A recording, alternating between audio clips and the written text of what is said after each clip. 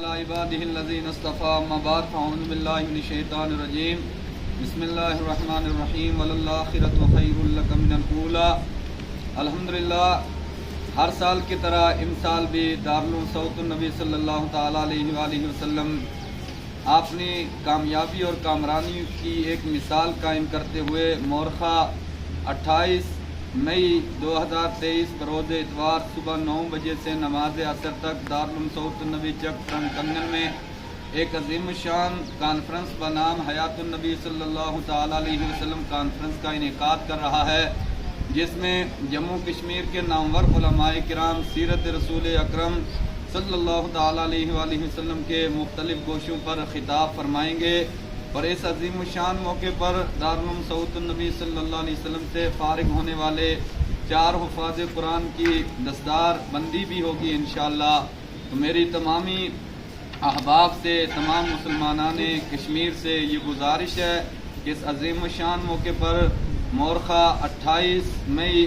2023 بروز اتوار صبح 9 بجے دارالعلوم سعود النبی چک فرنگ کنگن پہنچنے کی کوشش کریں، تاکہ یہ عظیم الشان حیات النبی صلی اللہ علیہ وسلم کانفرنس جو ہے